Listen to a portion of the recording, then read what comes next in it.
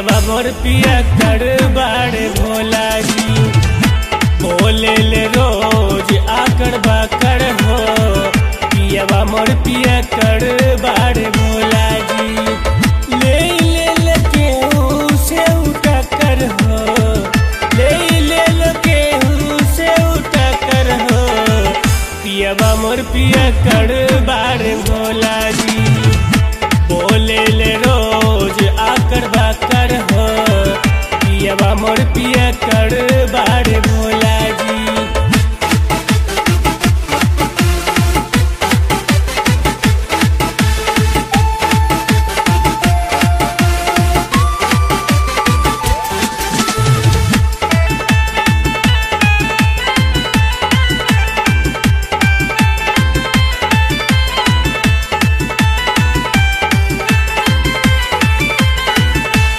देवघर जात बाड़े उ सबके साथ बाड़े, दया करब भोला मनत नहीं बात बाड़े। उ देवघर जात बाड़े उ सबके साथ बाड़े, दया करब भोला मनत नहीं बात बाड़े। बोले ले तनका लटर पटर हो, बोले ले तनका लटर पटर हो, पियवा मोर पिया कर बाड़े भोला जी। बोले ले रोज आकर बाकर हो, पियवा मोर पिया कर बाड़े भोला जी।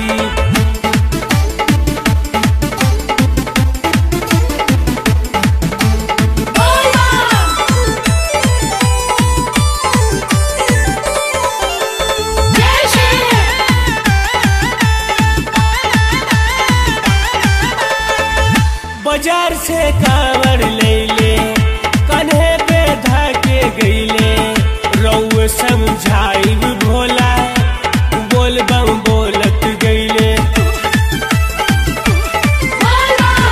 बाजार से कांवर ले ले कन्हे पे धाके गईले, रउए समझाइब भोला बोल बम बोलत गईले।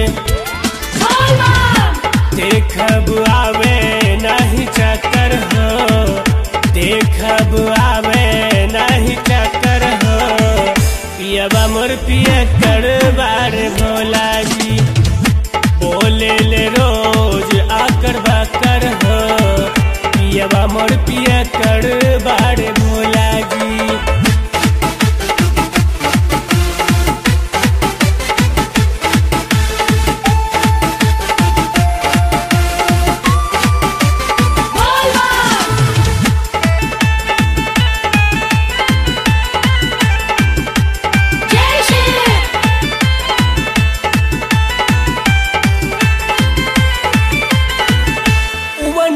पगड़ी बारी उरौए नगरी बारी, गंगा जल से भरल उधैले गगरी बारे। बनले पगड़ी बारे उरौए नगरी बारे, गंगा जल से भरल उधैले गगरी बारे।